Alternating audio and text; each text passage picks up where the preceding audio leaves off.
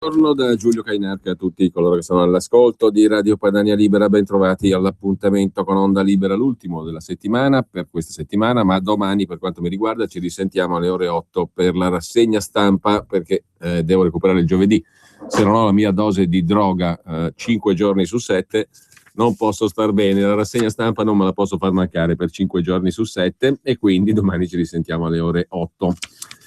Intanto però, prima pagina dell'agenzia ANSA, col maltempo sull'Italia, in Abruzzo un gasdotto in fiamme, rotto il carrello, nessun ferito.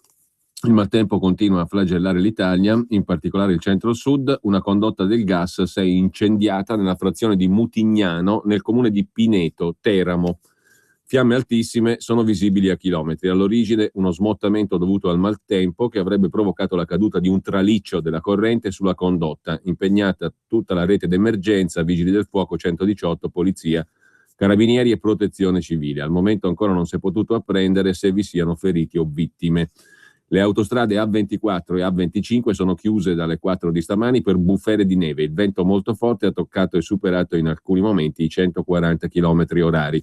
Visibilità ridotta a zero che ha spinto la direzione della polizia stradale a chiudere il traffico per problemi di sicurezza. Il tratto interessato dalla tempesta di vento e neve è quello tra Valle Peligna e Marsica e quello di L'Aquila l'Ovest e Colle d'Ara in quel di Teramo. La seconda notizia dell'agenzia ANSA invece ha a che fare con la politica, resa dei conti nella Lega, titola l'ANSA, Tosi minaccia, mi dimetto e mi candido in Veneto. A nulla è servito il tentativo di chiarire nel faccia a faccia di ieri tra Matteo Salvini e Flavio Tosi, scrive l'agenzia ANSA, è sempre più resa dei conti. Il sindaco di Verona Tosi minaccia di dimettersi e di candidarsi contro Zaia.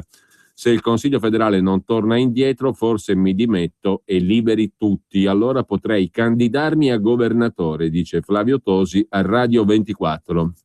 Non ci sarà nessun Consiglio federale lunedì. Per quel che riguarda il Veneto, ho dato a tutti la possibilità di scegliere. Ho lasciato tempo anche troppo, la questione è chiusa. Ora si parte con Zaia, dice invece Matteo Salvini.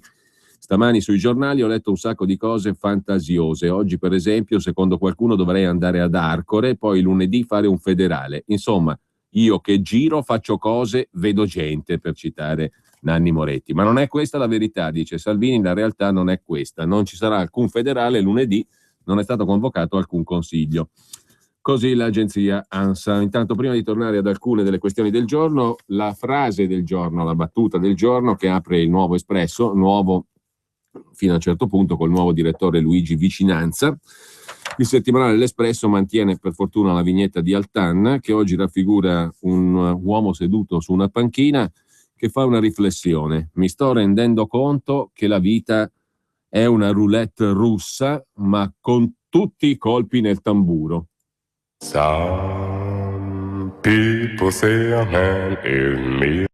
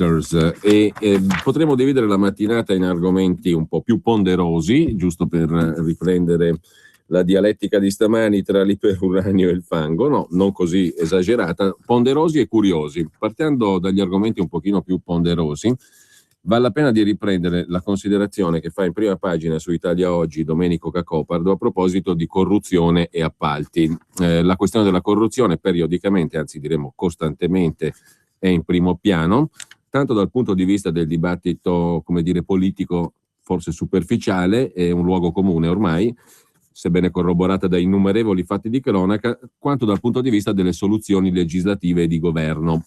Partendo da un dato di fatto però che è quello che richiama Cacopardo nel suo articolo di prima pagina su Italia Oggi, cioè il fatto che i casi di corruzione perseguiti materialmente siano una piccola percentuale di quelli realizzati. Questo vuol dire che il soggetto responsabile delle indagini, segnatamente la magistratura, non è efficiente e quindi essere corrotti alla fine, essere corrotti e corrompere conviene, perché il rischio in definitiva è molto modesto. Cosa fa il governo di fronte a questo dato di fatto? Aumentiamo la prescrizione. 18 anni, questo è l'intento del governo che vuole portare a 18 anni la prescrizione. A questo limite temporale che Cacopardo definisce medioevale, a questo limite temporale pensa appunto il governo e parte del Parlamento per il reato di corruzione, cioè 18 anni di prescrizione del reato. Invece di occuparsi di rendere più efficiente l'attività giudiziaria e di imporre alla magistratura tempi comparabili con quelli europei, cosa si fa? Si allunga la prescrizione in modo da sottoporre un cittadino a una via crucis che può essere lunga 18 anni. È il momento, anche mediatico, che spinge la politica a misure straordinarie sul tema corruzione, straordinarie ma poco utili, secondo Cacopardo, che peraltro della questione si intende perché ha fatto per una vita il magistrato di Corte dei Conti fino alla presidenza di sezione della Corte dei Conti. In ogni caso bisognerebbe operare altrimenti, questo lo sanno bene anche al Ministero della Giustizia. Certo, c'è un interesse corporativo, di corporazione, nella lotta alla corruzione. È la sociologia dei corpi organizzati, accrescere la propria sfera di attività, renderla più aggressiva, in modo da piegare gli altri competitori istituzionali nel potere e nei benefici, con l'aggravante per il sistema giudiziario di una totale autoreferenzialità, mai confrontata con la società civile e lievemente mitigata dall'introduzione della responsabilità civile dei magistrati.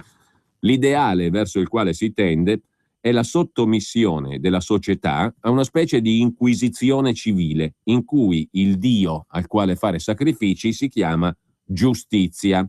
Come i domenicani, anche gli operatori di una nuova inquisizione consolideranno il loro potere e lo amplieranno a dismisura, secondo desideri e aspirazioni di molti. Lo stesso commissario anticorruzione, Raffaele Cantone, mostra, quando parla, una conoscenza parziale del fenomeno, una conoscenza da magistrato penale, cioè volta soprattutto alla repressione e alla punizione. In realtà lo strumento più economico in senso tecnico, c'è un principio di economia dei mezzi giuridici che dovrebbe improntare l'attività legislativa e amministrativa, insomma lo strumento migliore è la prevenzione, del che nessuno intende occuparsi. È come per le alluvioni, la prevenzione non porta né voti né consensi, la ricostruzione permette di acquisire meriti e in qualche caso di lucrare mazzette. Occorre partire dal codice degli appalti, che è lo strumento raffinato per orientare proprio gli appalti, non per garantire la libera concorrenza.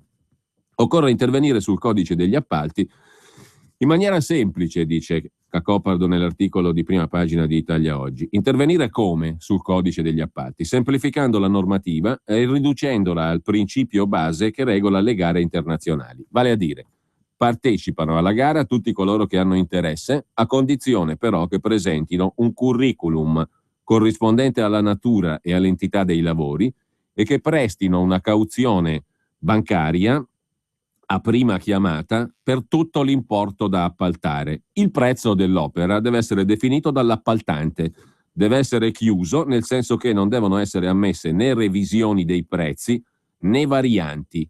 Questa è l'opera, questo è il prezzo. Se ti senti in condizione di eseguirla con un ribasso e il tuo ribasso è il più elevato, puoi realizzarla a condizione che il tuo impegno sia assistito da una garanzia totale. Se ci si riflette, scrive Cacopardo, una dura scelta rispetto alla quale il mondo delle imprese di costruzione storcerà la bocca, ma una scelta che introdurrebbe in Italia i metodi che sono in vigore nei paesi più evoluti e meno corrotti. Ma questo non conviene alla politica, che preferisce dare l'idea di una spaventosa severità raramente applicata, piuttosto che rimuovere le occasioni di corruttela. Certo ci vorrebbe un ministro dei lavori pubblici e delle infrastrutture attento, invece di uno disattento come Lupi, si veda la sua disattenzione sul tema delle concessioni autostradali e del Mose di Venezia.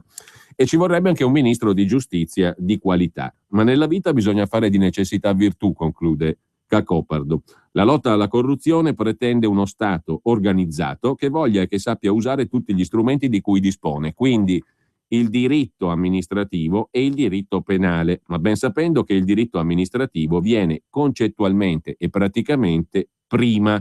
Il resto, direbbe un avvocato, è soltanto saponata.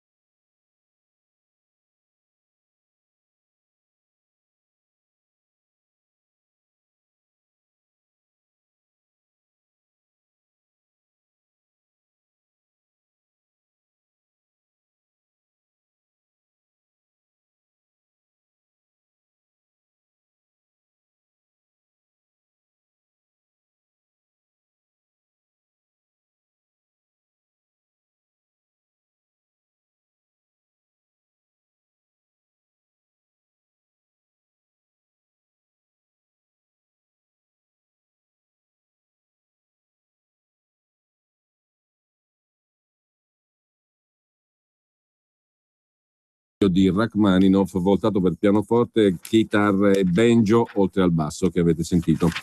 Ma rimanendo agli argomenti un pochino ponderosi, un'altra questione della quale ci siamo interessati già, ci stiamo interessando e ci dovremo interessare a questo punto è la conclusione dell'accordo fra Unione Europea e Stati Uniti, il cosiddetto Transatlantic Trade and Investment Partnership, anzi questo è il suo nome per esteso, il cosiddetto TTIP. Se ne occupa da sempre a dire il vero, ma anche oggi, stamani su Italia Oggi, Tino Oldani. Dopo l'ok del vice cancelliere tedesco, il socialdemocratico Gabriel, è arrivato l'ok più pesante della cancelliera tedesca Merkel, che mercoledì 4 marzo, in un incontro ufficiale con l'intera Commissione europea a Bruxelles, ha dato il via libera al negoziato, al TTIP, ma ha anche fissato i tempi per concluderlo. Entro fine anno, ha detto la cancelliera tedesca. Per Angela Merkel quello di mercoledì è stato il primo incontro con l'esecutivo europeo guidato da Jean-Claude Juncker, in carica dal 1 novembre dell'anno scorso. Un evento rituale per molti aspetti, ma storico per i contenuti, scrive Oldani.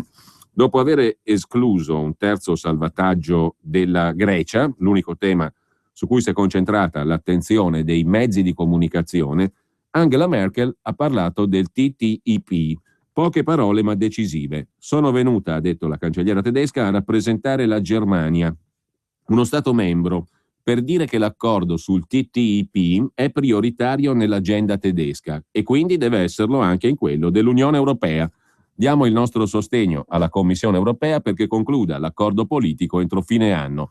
La linea di Berlino è la stessa del Consiglio Europeo dei capi di Stato e di Governo, cioè vogliamo raggiungere questo traguardo perché è importante per la crescita e per i posti di lavoro. In proposito, basta osservare quel che sta accadendo nel mondo.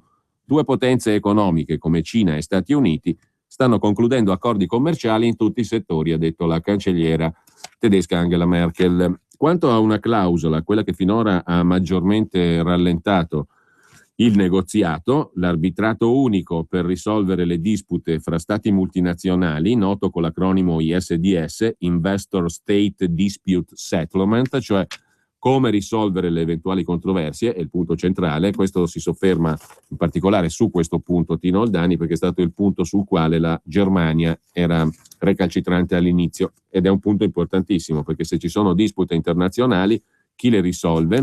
Si era parlato di una privatizzazione della giustizia a proposito del TTIP, perché si dava potere di risolvere le controversie al di fuori dei tribunali nazionali e anche al di fuori delle competenze europee. C'è la pubblicità, ci torniamo subito su questo punto perché la Germania ha superato le sue perplessità sulla risoluzione delle controversie che possono sorgere all'interno del mega mercato che si va disegnando fra Stati Uniti e Unione Europea.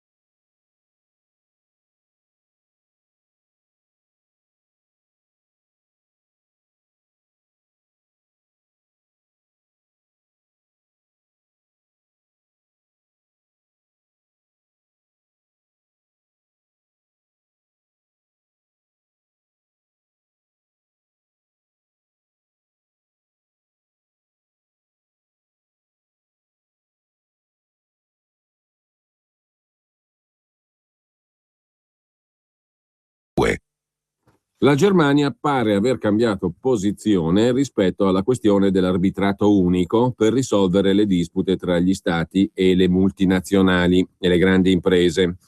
La Merkel, la cancelliera tedesca, si è limitata infatti a notare che in passato anche la Germania ha tratto beneficio da queste clausole che consentono alle società private di intraprendere un'azione legale contro i governi se le decisioni dei governi danneggiano gli investimenti delle società private, delle multinazionali. In pratica, commenta Oldani, una conferma autorevole del giro di boa annunciato pochi giorni prima dal vice cancelliere Gabriel, che per primo aveva corretto a sorpresa la precedente posizione della Germania con una proposta nuova: introdurre una sorta di giudizio d'appello affidato a una corte di giustizia pubblica dopo il primo grado dell'arbitrato unico privato e su scala mondiale, considerato finora troppo favorevole alle multinazionali statunitensi, cioè Se una multinazionale, e sostanzialmente le multinazionali più forti sono quelle statunitensi, entra in causa con uno Stato perché, che ne so, il parmigiano del cavolo americano non viene fatto sbarcare in Europa perché bisogna proteggere il parmigiano reggiano, ed è notizia di questi giorni, tra l'altro un dato pessimo, che il parmigiano del cavolo ha superato quello vero a diffusione mondiale, poi ci arriviamo. Però insomma, se subentra una controversia di questo genere e una impresa o multinazionale o una società americana dice mi ritengo lesa perché in Europa non fanno entrare il mio prodotto, mettiamo il parmigiano del cavolo o qualsiasi altra cosa, a chi si rivolge? Si rivolge a un giudice privato e mondiale. Un giudice privato e mondiale, stop, diceva la prima bozza. No, dice la Germania. Un giudice privato mondiale per decidere della questione, se la multinazionale sia stata lesa nei suoi diritti o viceversa, in primo grado, ma in secondo grado invece facciamo appello a una Corte di giustizia pubblica. Per concludere, la cancelliera tedesca ha salutato con soddisfazione il fatto che Cecilia Malmström, commissario al commercio, abbia assicurato trasparenza sui contenuti delle trattative fra Stati Uniti e Unione Europea. Ciò aiuta a sgombrare il campo, ha detto Merkel, dai pregiudizi e dai fraintendimenti. Insomma, la Germania ha detto sì al TTIP. Il via libera di Angela Merkel spiana adesso la strada alle delegazioni tecniche statunitensi ed europee incaricate del negoziato. Le delegazioni sono guidate rispettivamente da Daniel Molney per Barack Obama e da Ignacio Garcia Bersero, vice direttore generale della Direzione Generale Commercio dell'Unione Europea. Iniziate nel luglio 2013, le trattative si sono rivelate finora inconcludenti per ben 8 incontri consecutivi. L'ultimo c'è stato a inizio febbraio. Il 9° incontro si terrà in aprile a Washington. Il 10° è previsto a Bruxelles dopo la pausa estiva. Con ogni probabilità si tratterà a questo punto dei 2 incontri conclusivi. Ed è da notare che da noi in Italia di questo non si sta parlando affatto, ma è un accordo, quello detto TTIP appunto, l'accordo sul commercio e gli investimenti fra Unione Europea e Stati Uniti, di grandissima importanza non solo per l'Unione Europea in senso astratto, ma per tutti i paesi e in particolare per l'Italia, perché pensiamo solo al comparto del Made in Italy nelle sue varie declinazioni, dal cibo agli altri prodotti. Questo è pesantemente toccato da questo accordo e anche dalle decisioni che vengono prese evidentemente una volta di più senza che l'Italia abbia voce in capitolo. Una ministra degli esteri italiana c'è, ma è come se non ci fosse. Del resto non è una prerogativa di Federica Mogherini. Anche la precedente ministra, la baronessa inglese, che svolse il ruolo di ministro degli esteri dell'Unione Europea, contava 0. Perlomeno però si può sperare che possa contare qualcosa per far discutere i propri cittadini, cioè informate sti italiani, i produttori italiani e i cittadini italiani, perché poi i cittadini sono anche coloro che vanno al supermercato, che ci sono discussioni su temi importanti per la vita produttiva italiana, ma anche per lo stile di vita, perché qui si parla di un accordo ad amplissimo raggio. In ogni caso, allora, i prossimi 2 incontri saranno probabilmente quelli decisivi per firmare sto benedetto trattato. Sembra fuor di dubbio che la Germania abbia deciso di chiudere il negoziato per una valutazione geopolitica, ancor prima che economica, cioè con lo scopo di non perdere la propria influenza anche economica a livello mondiale e sedersi così allo stesso tavolo dei colossi Stati Uniti e Cina. È bene ricordarlo, visto che gli argomenti dei supporter e degli avversari del TTIP sono molto diversi. Per il Center for Economic Policy Research di Londra e per l'Aspen Institute, il trattato transatlantico fra Unione Europea e Stati Uniti produrrà un unico mercato libero sulle 2 sponde dell'Atlantico, senza barriere né doganali né tariffarie. Questo comporterebbe la creazione di un mercato pari al 40% del prodotto interno lordo mondiale, con 800 milioni di consumatori, tale da produrre un aumento del 28% delle esportazioni dell'Europa verso gli Stati Uniti, specialmente nel settore auto, cioè Germania sostanzialmente, con una crescita del prodotto interno lordo mondiale tra lo 0,5 e l'1% all'anno. Milioni di nuovi posti di lavoro, prezzi più bassi, un beneficio di 545 euro all'anno per ogni famiglia europea. E questa è la stima fatta da fonti anglosassoni. Il Center for Economic Policy Research di Londra e l'Aspen Institute.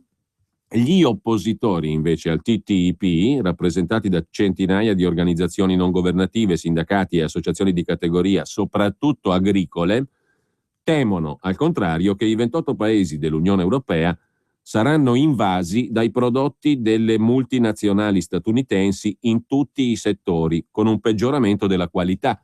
Cibi con OGM, carni agli ormoni, polli al cloro e danni gravi all'agricoltura, dove 13 milioni di aziende agricole europee, tutte fondamentalmente di piccole e medie dimensioni, e quelle italiane ancora di più, rispetto alla media europea, saranno travolte da 2 milioni di aziende statunitensi, con la fine dei dazi doganali e delle norme più protettive dell'Unione Europea. Insomma, un arretramento non dissimile a quello che gli oppositori del TTIP prevedono in quasi tutti i settori interessati dall'accordo: la salute, l'ambiente, l'acqua, l'elettricità, il welfare perfino ai livelli di assistenza e di welfare. Questo è un altro fatto da chiarire.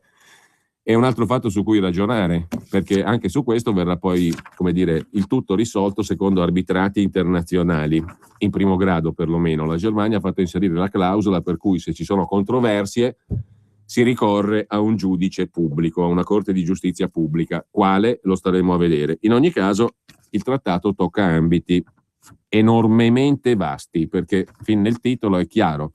Si tratta del commercio e degli investimenti in senso ampio. Commercio vuol dire tutto ciò che è commerciabile. Alle spalle di tutto ciò che è commerciabile c'è tutto ciò che è producibile, evidentemente. Quindi tutti i settori della produzione ne sono potenzialmente interessati, dalla salute fino alla salute, all'ambiente, l'acqua, l'elettricità e il welfare, oltre che l'agricoltura. Forse nei prossimi mesi le organizzazioni non governative e gli altri enti contrari al TTIP riempiranno le piazze d'Europa con le proteste, ma dopo l'ok di Angela Merkel, conclude Tino Oldani, alea iacta est, cioè il dado è tratto, i giochi sono fatti, le jeux sont faits, se la vogliamo dire alla francese. In ogni caso il dibattito da noi è zero.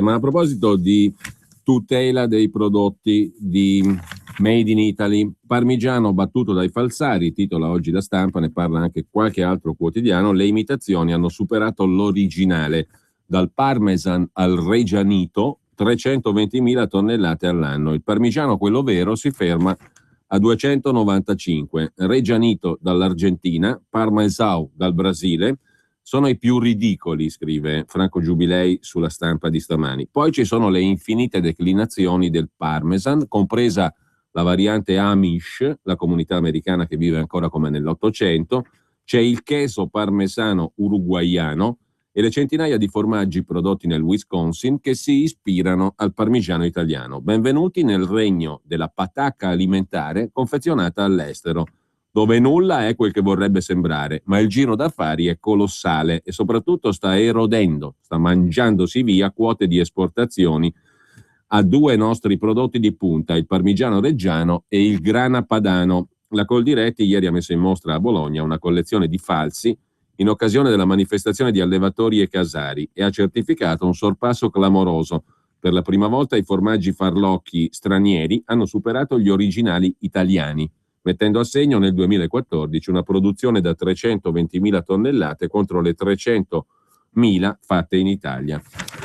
Questo racconta oggi la Stampa, però il problema è: sarà vero, sarà catastrofico, non catastrofico la visione di coloro che si oppongono al TTIP? Ma se è già adesso così, che succede con un libero scambio ancor più accentuato e una maggior tutela dei prodotti tarocchi, messa in maniera un po' volgare? Lo aveva documentato molto bene un servizio di report qualche settimana fa, un paio di mesetti fa se non erro, comunque ritrovabile anche sul sito della trasmissione Report, che aveva proprio fatto delle considerazioni su questa questione della firma del trattato TTIP e sul riflesso sull'agricoltura e sui prodotti che poi arrivano. Bene, sarà vero che magari qualcuno è catastrofista, sarà pur vero che il catastrofismo è sbagliato, però ne vogliamo parlare? Perché qui non ne parla nessuno, tranne il Presidente del Consiglio che qualche settimana fa ha buttato là il TTIP è da firmare, è perfetto, è giusto, ma senza entrare minimamente nei contenuti. Non solo lui, ma anche la schiera di giornalisti, opinionisti e via dicendo, che non è che ci hanno informato su questa storia. Le autorità pubbliche tantomeno, quindi stiamo andando verso la chiusura di un negoziato dove solo la Germania si è interessata a qualcosa, e giustamente direi, e solo sui mezzi di informazione anglo-tedeschi qualcosa è comparso, diciamo così. Da noi invece, eppure il nostro comparto è come da tutelare, il famoso Made in Italy che riempie tante bocche, zero. Ma da Italia Oggi io vorrei raccontarvi una storia che racconta Massimo Donelli a pagina 14, un incubo durato 15 mesi, una storia allucinante ma vera. Oltre 2.840,51 euro all'anno, un figlio non è più a carico. Il protagonista è il narratore, Massimo Donelli. La storia che sto per raccontarvi è vera dalla prima all'ultima riga, ve lo garantisco, perché il protagonista sono io e ho tutti i documenti che la comprovano. Faccio questa premessa perché si tratta di una storia assurda, un incubo kafkiano difficile da credere. È capitato a me, domani potrebbe capitare a voi, scrive Donelli su Italia Oggi, pagina 14. Sappiate soltanto, prima di cominciare a leggere, che per lo Stato italiano un figlio cessa di essere a carico dei genitori se in un anno percepisce un reddito da lavoro superiore a 2.840 euro lordi, anzi 2.840,51 euro lordi. Basta sfondare anche di €1 quel tetto per essere considerati economicamente autosufficienti e mettetevi pure a ridere. Mia figlia, coprotagonista della storia, non ha mai guadagnato nemmeno un centesimo, è ancora studentessa. Eppure vedrete in che guaio siamo finiti, racconta Massimo Donelli, Italia Oggi, pagina 14. E scoprirete che fisco e magistratura non parlano fra loro. Toccherete con mano questa amara verità. Sei accusato, spetta a te trovare le prove che ti scagionano. E ora cominciamo. Armatevi di pazienza perché ho cercato di sintetizzare e di semplificare al massimo. Ma la faccenda è complessa, una specie di infernale gioco dell'oca. Nel 2010 l'identità fiscale di mia figlia è stata rubata. Da chi è stata rubata? Non lo so, da un anonimo che l'ha usata per incassare il compenso di una prestazione professionale e nascondersi al fisco in modo da non pagare un centesimo di tasse. Come lo abbiamo scoperto? Grazie all'Agenzia delle Entrate che nel novembre del 2013 mi ha richiesto il pagamento di una sanzione, oltre al recupero di imposte e agli immancabili interessi per avere esposto dati errati, ma nella realtà erano corretti, nella dichiarazione dei redditi del 2010, totale da versare per le mie presunte malefatte 1.294 euro. Dove starebbe l'errore o colpa? Nell'aver dichiarato mia figlia a carico, e lo era veramente, mentre all'Agenzia delle Entrate risultava che lei avesse ricevuto un reddito da lavoro, in realtà mai richiesto né mai ottenuto, di 3.000 euro lordi da una società milanese successivamente incorporata da un'altra società. Ricevuto l'avviso dell'Agenzia delle Entrate, ho subito avvertito il commercialista, che si è mosso immediatamente, ha trovato le coordinate delle due società, ha contattato un'impiegata della società incorporante, quella che ha incorporato la società per la quale risultava che la figlia avesse lavorato e ricevuto il compenso, e ho scoperto, ma solo dopo molte resistenze, che il pagamento riportato nella dichiarazione dei redditi modello 770-2011 era stato bonificato su un conto corrente della Banca Popolare di Milano intestato a mia figlia. A mia figlia? Come intestato a mia figlia? Né mia figlia né alcuno della nostra famiglia ha mai avuto un conto alla Banca Popolare di Milano, e infatti ho chiesto e subito ottenuto dalla banca una certificazione in tal senso, certificazione immediatamente girata all'impiegata della società con la richiesta di una dichiarazione che attestasse l'errore. Povero illuso, l'impiegata ha messo in contatto il commercialista della società con il nostro commercialista. Per tutta risposta ci è stata recapitata una nota di collaborazione occasionale che mia figlia ovviamente non aveva mai presentato, peraltro con indirizzo di residenza attribuito a mia figlia falso, firma attribuita a mia figlia falsa e l'IBAN bancario non corrispondente né a mia figlia né ad alcun altro componente della nostra famiglia. Insomma, una truffa bella e buona. E allora, con la lettera scagionante della Banca Popolare di Milano in una mano e la nota di collaborazione truffaldina nell'altra mano, il mio commercialista è andato all'Agenzia delle Entrate per sentirsi dire che non basta. Come non basta? No, non basta, perché dovete dimostrarci che non è stata la figlia a incassare quei soldi. E in che modo possiamo mai scoprirlo? Diteci chi li ha incassati, dice l'Agenzia delle Entrate. Replica: chiedetelo voi alla banca, c'è l'IBAN? Risposta: non possiamo violare la privacy. Controreplica: e noi forse possiamo violarla? Sta a voi, risponde l'Agenzia delle Entrate, dimostrare che vostra figlia non ha incassato. Capito?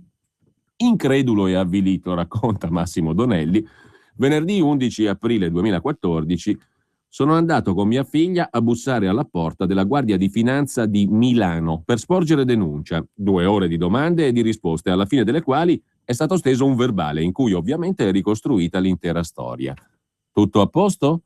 Ma che il 29 aprile 2014, forte del verbale della Guardia di Finanza e della lettera della Banca Popolare di Milano, nonché della nota di collaborazione falsa e della dichiarazione 770-2011, il commercialista presenta ricorso all'Agenzia delle Entrate, fiducioso che il malloppo di carte sia sufficiente per convincere il fisco della nostra totale estraneità alla sporca vicenda. Ma neanche per idea. Dopo 4 mesi di silenzio, infatti, arriva sabato 6 settembre 2014, ritorno dalle vacanze, trovo una lettera dell'Agenzia delle Entrate. Ricorso respinto. Non ci posso credere. Chiamo il commercialista e lui si mette in contatto con l'agenzia. Dopodiché, 1 ottobre, via email, mi scrive: dovrebbe cortesemente accertarsi che la Guardia di Finanza abbia effettuato delle verifiche sulla titolarità del conto corrente. Un elemento forte per la chiusura della cartella sarebbe la conferma da parte della polizia tributaria dell'assoluta estraneità del conto sul quale è stato effettuato il bonifico col nominativo di sua figlia. A questo punto, racconta Massimo Donelli su Italia Oggi, telefono alla Guardia di Finanza e spiego la faccenda. Potete aiutarmi? Sono disperato. Rispondono che mi faranno sapere. Correttissimi, richiamano il 16 ottobre. La nostra denuncia dell'11 aprile è stata inviata alla Procura della Repubblica di Milano, spiega la Guardia di Finanza. che però dice di avere le mani legate. Senza un mandato del magistrato inquirente non possono muovere un passo, cioè non possono indagare su quel maledetto IBAN bancario. A questo punto mi metto in moto e scopro chi è il sostituto procuratore titolare dell'indagine.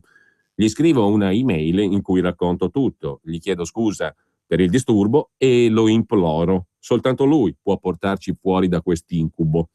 È sufficiente che mandi la Guardia di Finanza, la Polizia di Stato o i Carabinieri in banca per farsi dire a chi appartiene quel maledetto IBAN. Può gentilmente provvedere? Allego il numero di telefono del commercialista, è a sua disposizione, dico per ogni chiarimento. Siamo a ottobre 2014. Nel frattempo, gentilmente, il magistrato chiama il commercialista e gli spiega che un cittadino non può dialogare direttamente con un inquirente, deve farsi rappresentare da un avvocato. Conferma che l'indagine è aperta e dice che quando sarà conclusa verremo informati. Già, ma quando sarà conclusa? Possono passare mesi. Ho capito, devo ingaggiare un avvocato penalista. Scelgo il più bravo che conosco, è anche un'amica e si prende a cuore la faccenda. Ottengo, grazie a lei, il numero di ruolo dell'indagine penale e scopro che non sono l'unico truffato. Mi sento ripetere che comunque dobbiamo aspettare la fine dell'inchiesta. Intanto siamo arrivati a novembre, un anno dall'avviso dell'Agenzia delle Entrate. Ok, ma l'Agenzia delle Entrate aspetterà buona buona l'inchiesta penale o no? Con il numero di ruolo alla mano chiamo il commercialista che, a sua volta, si mette in contatto con l'agenzia. È finita? No, ma almeno otteniamo la sospensione della richiesta di pagamento in attesa di saperne noi e loro di più. Una piccola tregua. Piccola piccola però. Siamo alla settimana scorsa, febbraio 2015. Sono passati 15 mesi dall'inizio dell'incubo che ricompare. Mi chiama il commercialista e dice: guardi, all'Agenzia delle Entrate hanno capito che lei è una persona per bene, ma hanno bisogno di un pezzo di carta per chiudere la faccenda, altrimenti dobbiamo attivare la procedura della mediazione. I loro avvocati e i nostri avvocati attorno allo stesso tavolo per capire come stanno le cose e non sappiamo in che modo ne usciremo.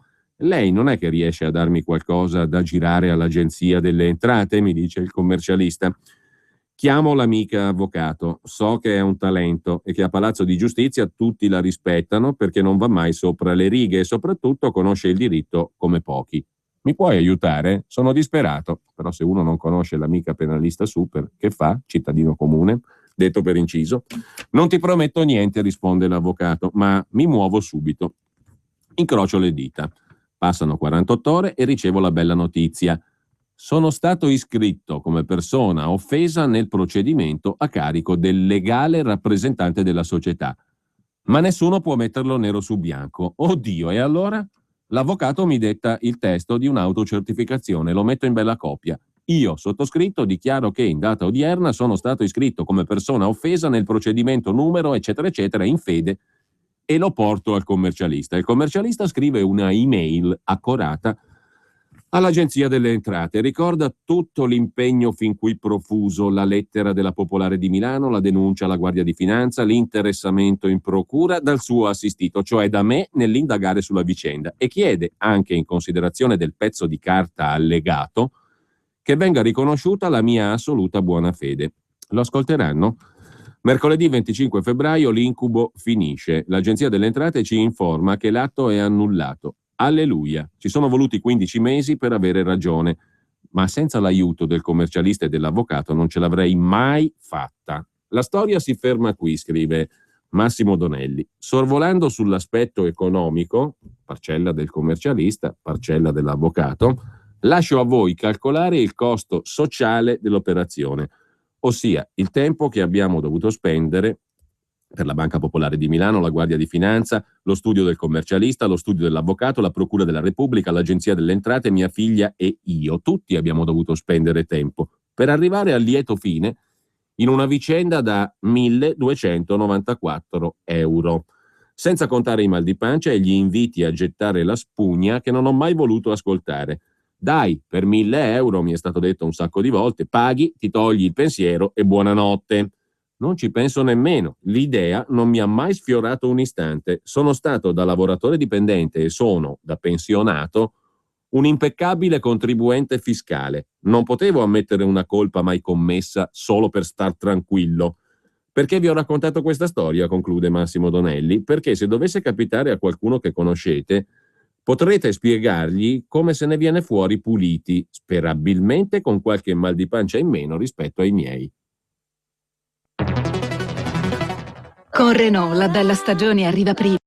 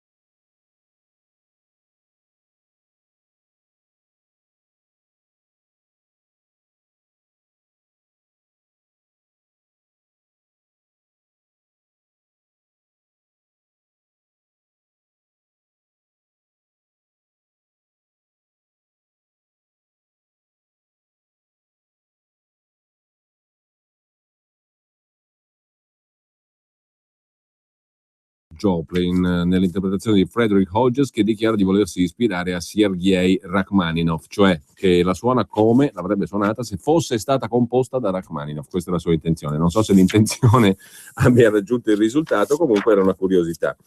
Mentre a proposito di robe ancora ponderose, serie, eccetera, eccetera, il 7.30 di Renzi, il nuovo 7.30, secondo Maurizio Belpietro su Libero è una fregatura, giudizio netto, però al di là del giudizio del direttore di Libero c'è da registrare almeno un paio di questioni di fatto che prescindono dai giudizi, vale a dire che doveva essere semplice e non lo è affatto, perlomeno in questa prima applicazione. Poi c'è stato detto che dall'anno prossimo è tutto a posto, chi lo sa, per il momento semplice non è. Bisogna comunque passare attraverso intermediari, CAF o commercialisti, i quali però hanno loro la responsabilità della dichiarazione. E cosa succede? Che i rischi non se li vogliono prendere e ti faranno firmare un'assicurazione, per cui alla fine paghi tu. La cosa è incredibile perché c'è un doppio passaggio burocratico con scarico del rischio per fare quello che si faceva prima, con scarico del rischio finale sul cittadino contribuente, perché ti capiterà di andare al CAF dal commercialista e questo ti fa firmare un'assicurazioncina, costa pure quella peraltro, a margine, per cui la responsabilità te la prendi tu, perché la legge l'attribuisce a loro, CAF o commercialisti.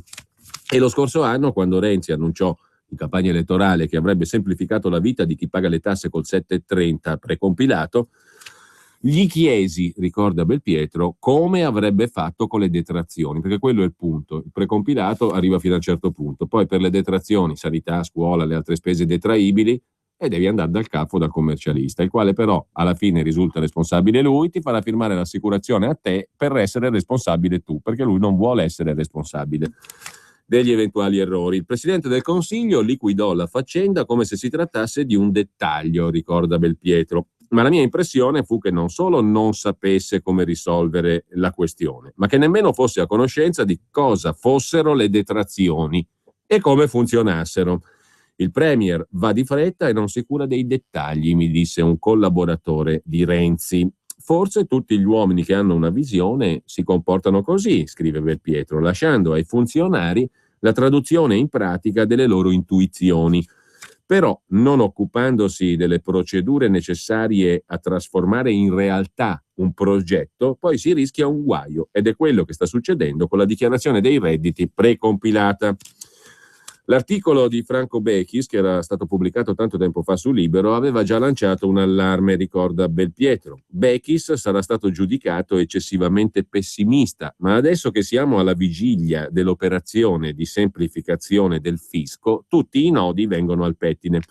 Il primo appunto è quello delle detrazioni, che non essendo prevedibili, come fa l'Agenzia delle Entrate a conoscere l'ammontare delle somme spese per il medico, per la colf o per il mutuo. È tutto registrato, ma l'elaborazione dei dati è complicata e dunque, non essendo prevedibili le spese per le detrazioni, rischiamo di mandare a pallino il modello precompilato, perché il contribuente, non trovando inseriti quei dati, sarà costretto a ricorrere al commercialista o a un CAF, centro di assistenza fiscale, con tutto ciò che ne consegue. Prima cosa, pagherà come è ovvio e dunque non ci sarà il risparmio tanto atteso. Seconda cosa, dovrà rinunciare all'immunità fiscale, cioè alla promessa che utilizzando la dichiarazione predisposta dagli uffici fiscali non avrà più problemi con l'Agenzia delle Entrate. Non essendo più vergine, ma essendo stato corretto da un commercialista, il modello rilasciato dal fisco non è più immune dai controlli e perciò siamo alle solite, al rischio di vedersi contestata la dichiarazione dei redditi. Ma i problemi non si fermano qui. Siccome con la nuova normativa è stata introdotta la responsabilità del commercialista che compila il modello da consegnare all'erario, attribuendo dunque a lui, al professionista, il rischio di pagare in solido col contribuente, ragionieri e centri di assistenza fiscale sono sul chi va là. Alcuni addirittura sono pronti a rifiutare la compilazione delle dichiarazioni dei redditi che possano presentare rischi. In tal caso l'italiano che paga le tasse si ritroverebbe abbandonato a se stesso, senza sapere a chi rivolgersi. E non è tutto. Gli studi professionali, per tutelarsi dal pericolo di sanzioni pesanti, si sono attrezzati con una polizza di assicurazione, ma vista la complessità della materia, il premio è molto salato, cioè la quota da pagare per l'assicurazione è molto elevata e ovviamente per il contribuente tutto ciò non è gratis, perché se il commercialista ha una spesa, in questo caso l'assicurazione, in più, questa alla fine ricadrà sulla parcella che il cliente si vedrà presentare. Il risultato finale, l'idea di far pervenire a casa una dichiarazione dei redditi già predisposta senza complicare la vita degli italiani è bella e apprezzabile, ma si scontra con la realtà e con un fisco che ormai è comprensibile a pochi. Se il diavolo si nasconde nei dettagli, commenta Maurizio Belpietro oggi su Libero, forse prima di lanciare l'operazione semplificazione sarebbe stato il caso di sfoltire la normativa fiscale. È vero che all'estero il bollettino delle tasse arriva a casa senza costringere i contribuenti a faticare su numeri e documenti, ma negli altri paesi le istruzioni per compilare la dichiarazione dei redditi sono composte di poche pagine. Da noi, solo per spiegare cosa bisogna fare, ne servono 700. Forse si doveva partire da lì, da un fisco che per essere capito ha bisogno di un dizionario. Ma in tal caso, più che di semplificazione, si doveva parlare di rifondazione fiscale, buttare tutto ciò che c'è e prendere esempio dalla Svizzera o dagli Stati Uniti. Ma così facendo, pensate a quanta gente resterebbe senza lavoro. Di certo chi ha inventato la delirium tax, la tassa pazzesca che c'è a Bologna su tutto ciò che è esposto nelle vetrine.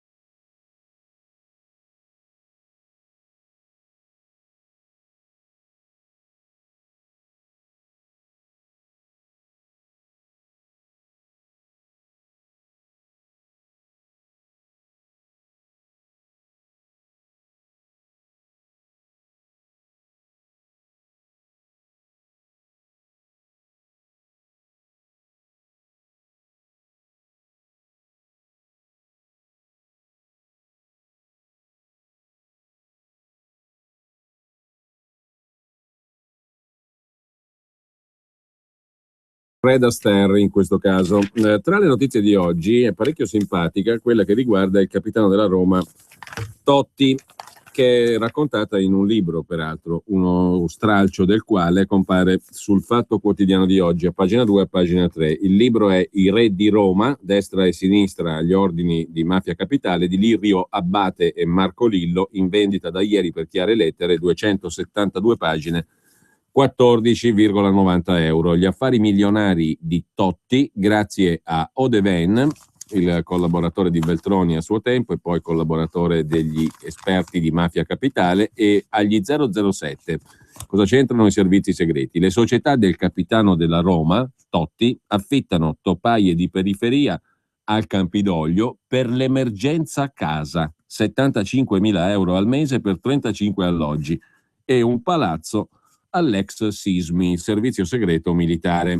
5 milioni di canone in 6 anni, il contratto per il residence di Tor Tre Teste, che risale al 2008. A capo della commissione di gara l'ex vice capo di gabinetto di Veltroni, Odevein, in carcere per Mafia Capitale, capito il simpaticone di Totti che fa anche un po' lo svampito, lo stupidotto, il normale. Mica scemo il ragazzo. Del resto, diciamo, Roma può fornire diversificate occasioni per diversificati investimenti. Mentre a proposito sempre di cose simpatiche, vi ricordate di Francesca Barracciu, un anno fa appena nominata sottosegretario alla cultura da Matteo Renzi?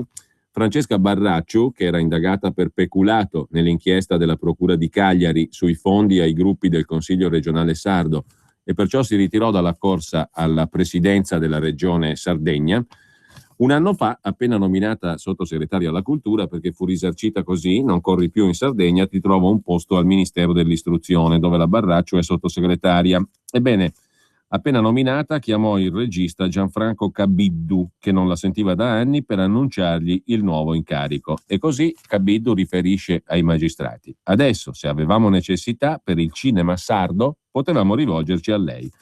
Insieme alla dichiarazione di disponibilità, quel giorno Francesca Barracciu avvertì Cabiddu che sarebbe stato chiamato a testimoniare in suo favore e gli chiese se si fosse ricordato di averla vista a una certa manifestazione cinematografica da lui organizzata.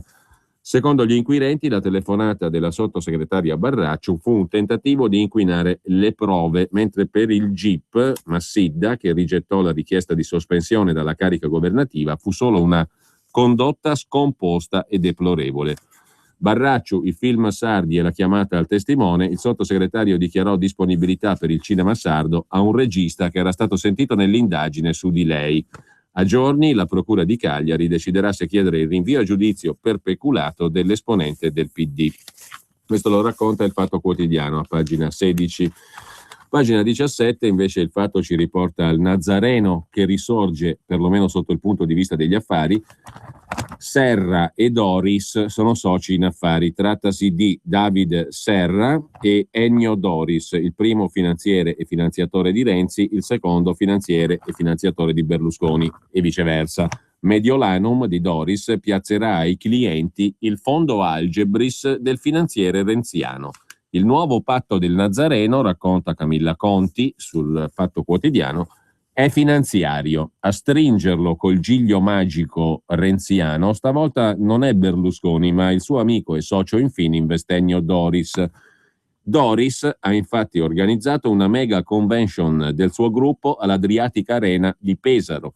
In mezzo alla platea di 4.500 family banker provenienti da tutta Italia sono spuntati alcuni ospiti prestigiosi come Oscar Farinetti, Mister Italy, assai vicino al Premier, e soprattutto il finanziere Davide Serra, arrivato da Londra con tanto di stampelle dopo un brutto incidente in sci che nei giorni scorsi gli ha imposto di rimandare l'audizione alla Consob sull'ipotesi di insider trading, cioè di avere speculato sulla riforma delle banche popolari fatta dal governo dell'amico Renzi.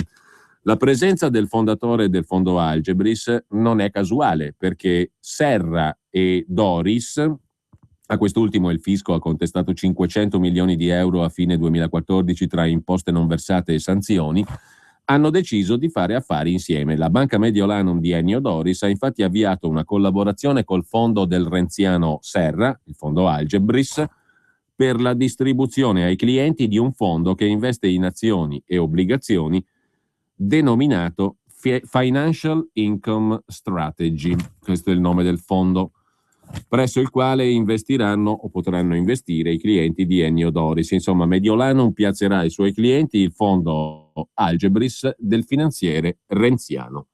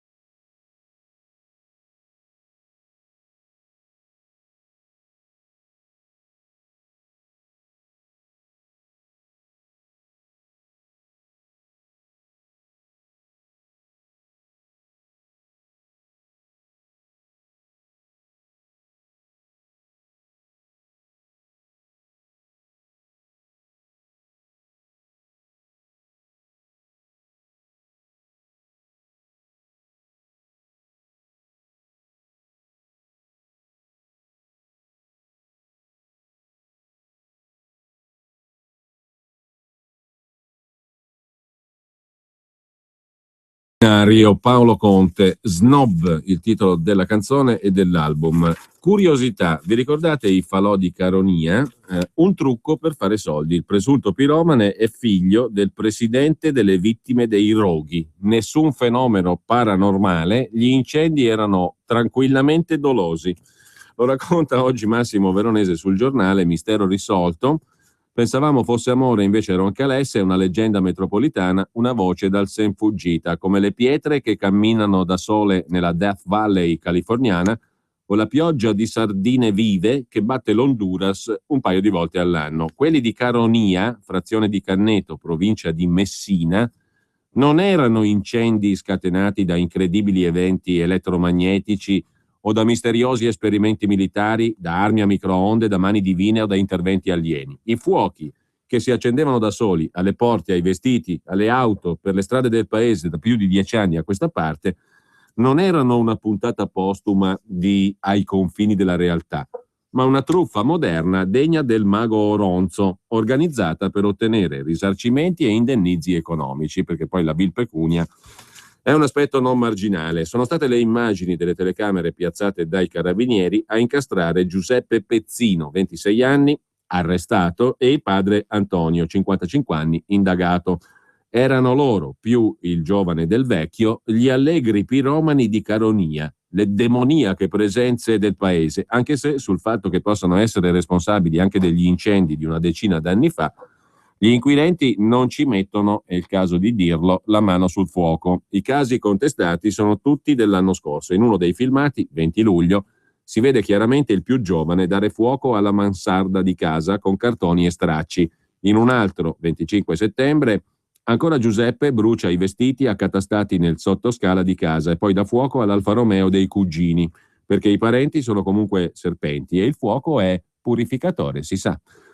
Aveva pure il gusto dello spettacolo. Una volta, mentre una giornalista televisiva intervista il padre, il figlio sgattaiola in cantina per fare fuoco e fiamme di alcuni vestiti. Poi scavalca una ringhiera e si ricolloca nel campo visivo della telecamera, come se non fosse mai sparito, per far credere all'evento miracoloso in diretta. Usava perfino il laser per ritardare le fiamme e per avere poi il tempo di mescolarsi alla folla e fingersi stupito. Al lupo, come nella favola di Esopo, scrive il Giornale. E tutti ci sono cascati, compresi un gruppo ministeriale di osservazione dei fenomeni e la Protezione Civile, che fece partire ben 11 campagne di misurazione dei campi magnetici, naturalmente a spese di Pantalone, tranne il CICAP, Comitato Italiano Controllo Affermazioni sulle Pseudoscienze, che per anni ha denunciato la furbata. In nessun caso, scrivevano gli investigatori, il calore si è sviluppato all'interno, ha sempre colpito le parti bruciate soltanto sul lato esterno, come se vi fosse stata appiccata una fiamma. I due che dovranno rispondere di incendio, danneggiamento seguito da incendio, concorso in procurato allarme e concorso in tentata truffa aggravata, volevano far credere che si trattasse di autocombustione per tenere alta l'attenzione mediatica e lo scopo era quello di fare soldi. Antonio, il padre, da presidente del comitato cittadino sugli incendi inspiegabili, aveva cercato il massimo coinvolgimento dei mass media e i fenomeni avevano indotto il sindaco di Caronia a emettere diverse ordinanze di sgombero per diverse abitazioni, creare il caos per portare a casa indennizi dalla munifica Regione Sicilia. Questa è la storiella sui falò di Caronia, che peraltro avrete visto sicuramente sono stati anche oggetto di diversi servizi in televisione. Insomma, Made in Italy, abbiamo parlato di Made in Italy all'inizio e arriviamo al Made in Italy alla fine. L'inventività, la creatività. Buona fine di settimana, rassegna stampa per quanto mi concerne, domattina ci risentiamo alle ore 8. E ci congediamo con Happy Feet, piedi felici per l'arrivo del weekend, gelido, -1 stamattina.